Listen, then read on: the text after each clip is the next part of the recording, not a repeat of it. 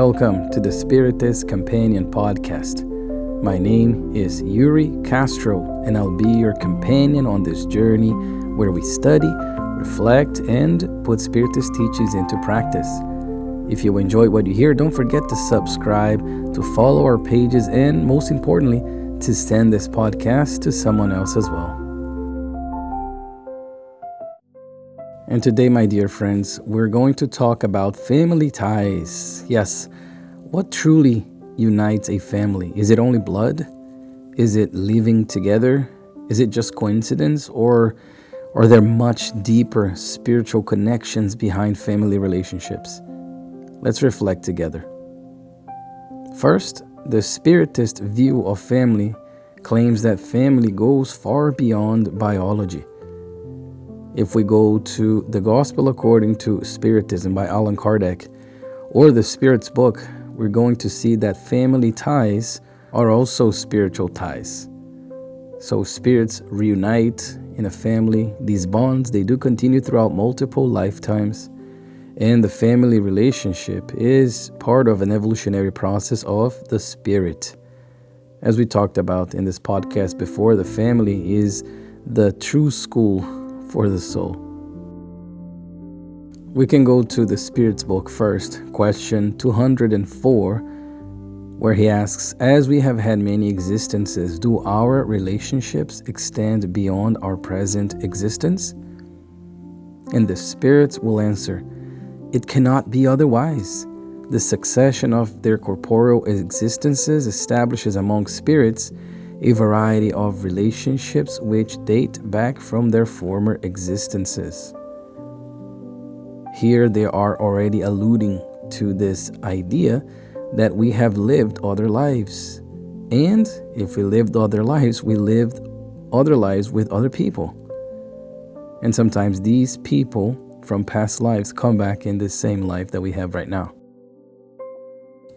And the subsequent question 205 is going to say, well, the doctrine of reincarnation appears to some minds to destroy family ties by carrying them back to periods anterior to our present existence. And the spirits are actually going to say, no, it extends those ties and not destroy them. And I think this question is very pertinent, and I'm glad Kardec asked that, because if we think about having former enemies live under the same roof, we can think of a destruction of these family ties, but in reality, what is happening is the opposite. Through forgiveness, through patience, through understanding, benevolence, indulgence, all these things, these former enemies can become friends, can become loved ones, which will serve the humanity as a whole, which is our greater family. The real family ties we're going to learn in the Gospel According to Spiritism are not those of blood then, but those of mutual sympathy and a communion of ideas which hold spirits together before, during, and after their incarnations. In the end, blood is not going to tie any family.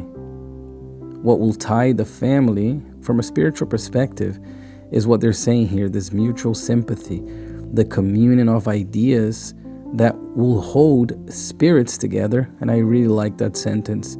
Before, meaning in previous lives, during our incarnations, and after we discarnate, after we go back to the spirit realm. Those ties, they don't perish when the body perishes. The blood ties, yes, because as we reincarnate, we adopt different identities, and so do those that we love or those that we hate from previous lives. But the real ties, not the blood ties, the real family ties, they persist way after the body's already back to where it came from. This idea that the true family ties are not those of consanguinity is a profound statement, I think, because many times we may feel deep affinity with people who are not necessarily our blood relatives, and we may experience intense difficulties within our own family. Why? Because spiritual bonds existed before this current life. And for those who struggle in their family environment for one reason or another, let's remember what Chico Xavier, the great medium from Brazil, said. No one is sent to the wrong address in reincarnation, meaning nobody is born into a particular family by coincidence or by mistake, because that's something that we, my dear friends, sometimes may look and think and even feel or hear people saying, I shouldn't have been born in this family. I have nothing in common with them. We're always fighting. We don't agree on anything, etc., etc. Spiritism helps us see things differently because we see how these family reunions, in the sense, the reunions of these spirits, can serve important purposes, such as reconciliation, the development of love, of true love through forgiveness as well, repairing past mistakes, and very often spirits who experience conflicts in the past, they will return together to relearn perhaps how to love. In theory, family is supposed to be a place of love, but we see a lot of conflicts. So just to reinforce here, close relationships can oftentimes reveal what we still need to transform within ourselves. It's within the family life that we will see impatience, pride, emotional struggles, deep differences emerge. And my dear friends, all of this creates opportunities for spiritual growth. All these situations are situations that we can grow from. And that's why through Spiritism, we learn about the role of parents and moral education, because the spirits will tell us that parents carry great responsibility in the development of their children. Therefore, family is not merely a social coexistence, it is a spiritual mission.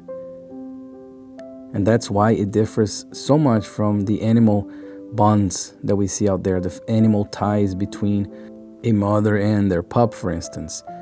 In us, in human spirits, we see that these bonds go way beyond the biological aspect or the biological necessity. We also have plenty of examples how these bonds continue even after death. True love, my dear friends, does not end with physical death. Spiritual ties always remain. We remain connected to those we love. We often receive spiritual support from those loved ones that have passed on. And we know that we can reunite with dear spirits in future lives too. Death does not destroy love, does not destroy these family bonds. And where can we see exactly the challenges and the blessings of these family ties? Well, first, we can see that in difficult family relationships, because maybe there's somebody in your family with whom you struggle. There's constant conflict, maybe deep differences, and those can create emotional wounds. Spiritism invites us to ask, what is this relationship teaching me? Sometimes the lesson is patience, forgiveness, humility, understanding, and so forth and so on. I also brought here the role of parents, because being a parent is much more than providing materially. It also means offering moral guidance, leading by example, and helping in the child's spiritual progress. I also brought here the role of children, or the sons and the daughters out there, because they also carry responsibilities. Parents will not always be perfect. As a matter of fact, they won't be, because we're still spirits marching toward our spiritual depuration. We're perfectible, but we're certainly not there yet. So children can develop gratitude, can practice understanding, and cultivate respect for their parents. It's the famous honor your father and your mother that we hear in the Bible. We can also think of blended or chosen, quote-unquote, chosen families, because spiritual love is not limited to biological ties, as we talked about. So step-parents, close friends, grandpas, grandmas, and uncles, and all of those important people can develop profound bonds of genuine affection. The Spirit recognizes sincere love, and that's what matters. We can also think of loss and longing, because when a loved one passes away, we feel pain. But Spiritism thankfully brings comfort, because no one truly disappears. We know that. These bonds continue. Love remains alive, and the separation is only temporary. My dear friends, no relationship will ever be easy. It's important to understand that. Spiritism does not idealize these perfect families. On the contrary, our earth is still a world of trials and atonements. And that means that we are still spirits learning to do all these things. So there will be challenges, there will be misunderstanding and difficulty in the process. But that's where the opportunity for growth lies, I think. Understanding also that family love does not always come, quote unquote, ready-made, because very often love is developed little by little. This daily coexistence is a constant exercise.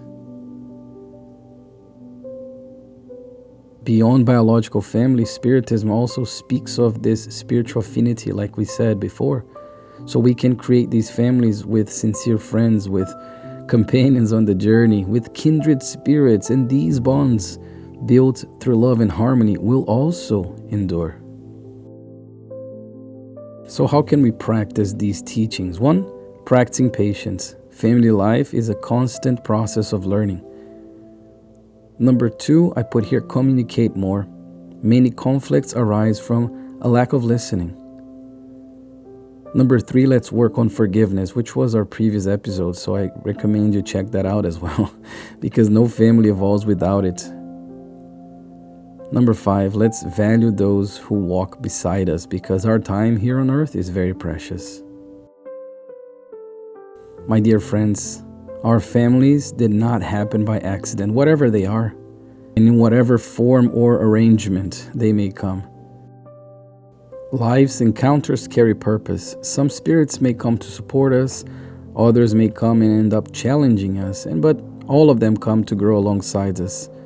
Family is a workshop for the soul. It's where we learn to love, to develop patience, to practice forgiveness, and to evolve spiritually.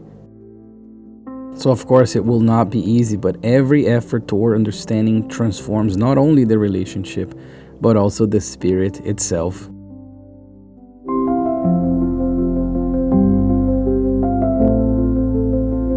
We reached the end of episode 50, talking about family ties. Thank you very much for your company in another episode of the Spiritist Companion podcast. As usual, if this reflection touched your heart, please share it with someone in your family or with someone who is part of your spiritual family. We'll meet again next week for another episode, and until then, please remain in peace, value the bonds built through love, and keep moving forward step by step in the construction of more enlightened relationships. With fraternal love, your Spiritist Companion.